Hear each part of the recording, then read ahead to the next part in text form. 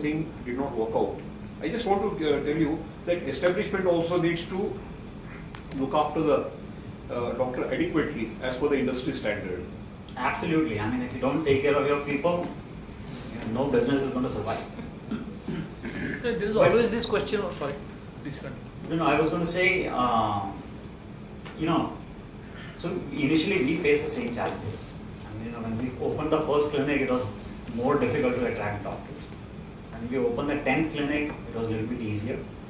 When we opened the 30th clinic, I think people have more faith and they're willing to associate with us much better. We put together a relationship with Ruby Clinic, Ruby Health Clinic. So I mean, that's going to be very good for us. So I mean, those are business challenges that will have to be overcome. I mean, if the market rate is 30,000, it is 30,000. If it's 10,000, it's 10,000. You have to pay what the market.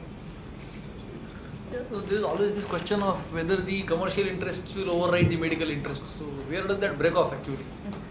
I mean, I don't find that with doctors. I mean, there is always going to be commercial interest, but I think from a doctor's perspective, always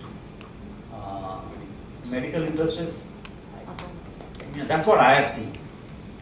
I mean, there's always going to be exceptions, where people. But in general, I would have a higher faith in doctor making his best effort to provide the necessary medical treatment versus trying to maximize his commercial interest.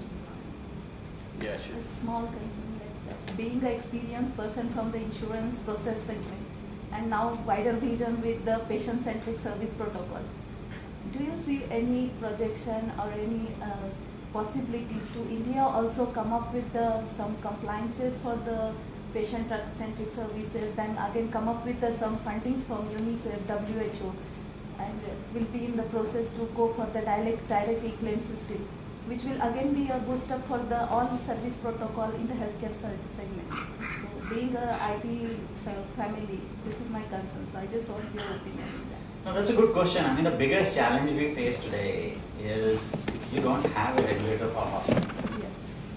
Right? You have a regulator for insurance, you have a regulator for financial, you have a regulator for pension, you have a regulator for everything in this country. You have a regulator, except hospital. There is no hospital regulator that can standardize across the segment. So that is the biggest challenge, and unfortunately, the government hasn't done enough in that regard. So if they do that, I think there is tremendous scope for IT to play a big role in the whole standardization process. We are going exactly the way the US went over the last 50 years or so. So we're going to have a mismatch, hodgepodge of all different systems in the marketplace.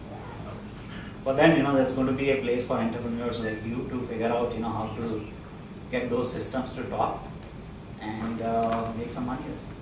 So, I have a question, and we have more than 10 minutes. Sure, I have plenty of time.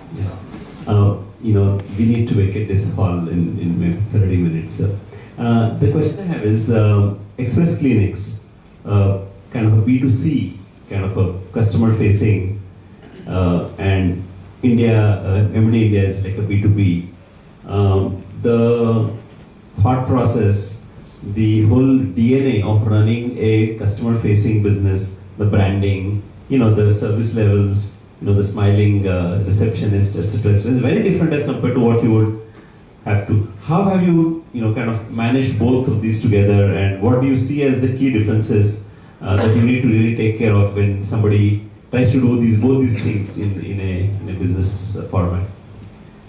I mean, that's a very good question. I mean, we faced exactly what you're saying, which is, how do you get the receptionist to smile when people come in?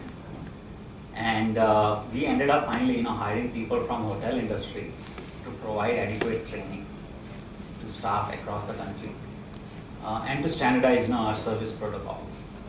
But I mean, you're right in the sense, our focus, or at least my focus in the last two companies has been B2B, and this is more of a B2C business on the retail side. Oh, absolutely. But the reason I got into it was B2B and B2 insurance companies.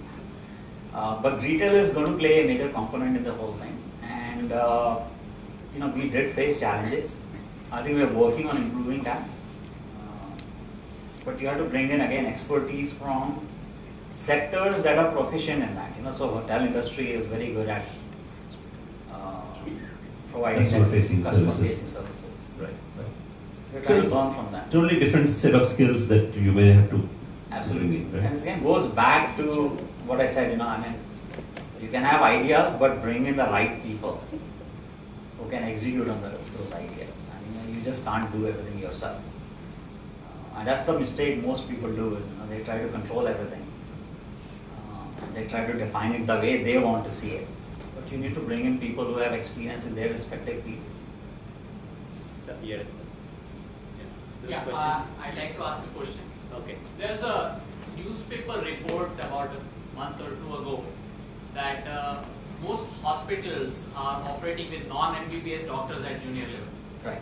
right? So is that the case with Express also, or are you different as far as that is concerned? At this point of time, we are different, but with scale, I think we'll fall in that category as well. What about alternate medicines? You don't have that. Yeah. You only would take an MBBS as a recruit. But once you have 500 clinics, Then you would. I don't know. I don't know yet. I don't have answer to that question yet. Yeah.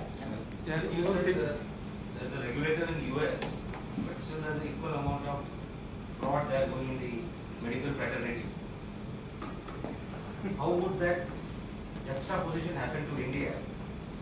And secondly, every time in every forum we listen that what we are facing is what Europe faced 30 years before or America faced 50 years before. Why can't we learn from somebody else's experience?